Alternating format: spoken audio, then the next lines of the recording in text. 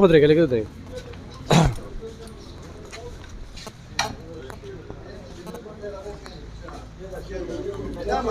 کتونکو الب خان شیرپوی یم کومه واقعه چې مخې ته راغلې وه په یو درناکه یو بوږنېدونکې چې خینا ماشومه قتل شوې وه د هغې قاتل باقاعده چې کوم دی دا رپات کړو کې دی د پولیس په منګلو کې دی دې کې چې کوم دی نو ډي اس پي تاج محمد خان اوس پریس کانفرنس وکړو ایس ایچ او تنګي چې کوم دی مظفر خان او دلته ایس ایچ او انویسټیګیشن چې کوم دی مدد خان چې کوم دی نو هغې دې کې تفتیش وکړو او دې کې چې کوم علاقه تل برآمد دي یا څه دي نو دا ملزم چې کوم دی خجرت چې کوم دی دا افغانستان سره تعلق ساتي دا ذهني معذوره دی یعنی چاړه دی خبرې نشي کولی د سره چې اوس موږ خبرې کوو نو دی خبرې نشي کولی وجه دا وښودلې شوه چې دی په دې چاړه لفظ او یا په دې ټک چې کوم دی نو ډېر خوښه کېږي موږ بیا هم ګورو خو چېرته غوسه شي څه پته لګي داسې ماشوم یې قتل کړی ده چې رړی د ټول خلکو له چې کوم دی نو دردولې دی په دې باندې چې کله دا دغه شو نو ده چې کوم دی نو بیا هغه ماشومه چې کومه ده په هغه جاخو کې غورځوله په بلا کې وخلې ده بیا په شیشې غورځولې دي او ډېر د ظلم او یو بربریت انتخاب یې کړې ده دغه باب خو بند شو خو دې کې سوال دا پیدا کېږي چې ډاکټرانو خو یو ګنده لېږلې وه هغه پولیس والا چې کوم دی چې چا هم په موقع لیدلی ده نو زه یم چې دا میاشت چې کوم دی نو دغه لاس د دوی نه نه شیرېدی او ما د ډي اس پي صاحب حالات کته وي د هغې نه پس چې کوم دی نو غلټی یا ډي اس پي د ایس ایچ او صاحب چې کوم دی موږ هم چې لیدلی و نو هغه ګن ترک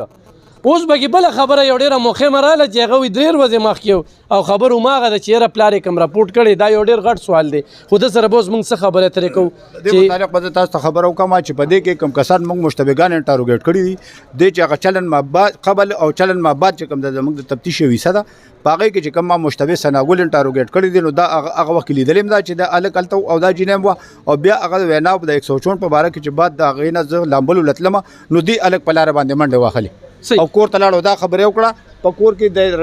ډرامه راچا وکړه چې زموږ پلار مړ دی او زه هغې له لاړم دغه وخت نه دی روپوشت دی بیا رپوشت شو بیا هم د بل ځای نه بلکل بیا هم نه ولي ښه کتونکو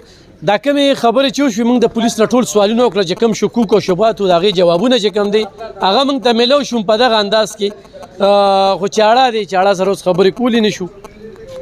ارې نو اجرت خان اور پې چاړه یا اور پې ماڼې د بړه نه پس دا یو بل قصه چې هغه لاړله په دغه ځای باندې ختمه شوله بهرحال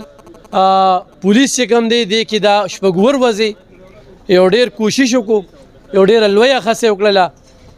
او کم سوالونه چې ستاسو راځي نه هغه سوالونه موږ په ډي اس پي صاحب وکړل او ډي اس پي صاحب د هغې ټولو جوابونه راکړل چې په کوم انګل باندې یو انسان ځان مطمئن کوي چې یاره زه نه یم مطمئن دا دی دا نه دی نو دې کې څه 26 مشتبه کسان چې کوم دی هغه انټاروګیټ شوي 24 نه 26 پورې او په هغې کې چې کوم دی بیا دا کم سناګل نوم یې چې واغسته هغې باقاعده ګوۍ کړې ده چاړه او خبرې څنګه رالي نو هغه ډي اس پي صاحب دا خبره وکړه چې پلار د په خبرو باندې پیږي او پلار یې په دغه کې چې کوم دی نو مسلسل او موږ سره چې کوم دی نو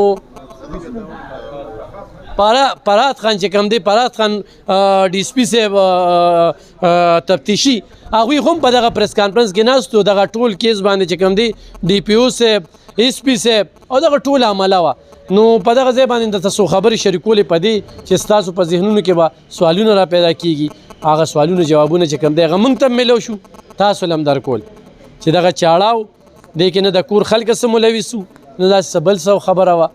او هغه وجلې ده او په دې وجلې ده چې ویده ته دا چالو کې او چاړه ورته ووایي نو دې پرې ډېر سخت غوسه کېږي نو موږ ورته آیا په علاقه کې په بل چې حمله کړې ده نو په پلار باندې هم حمله کړې وه او پلار یې چې کوم دی نو بیا د علاقه پرېښې وه هغه بل خوا ته تللی نو الله دې دغې خاندان له صبر ورکړي او الله دې ملزم له سختو نه سخته سزا ورکړي او الله دې د ججانو په اړه باندې د رحم اوبه توی کړي چې دا سریعام پانسي شي ډېره مننه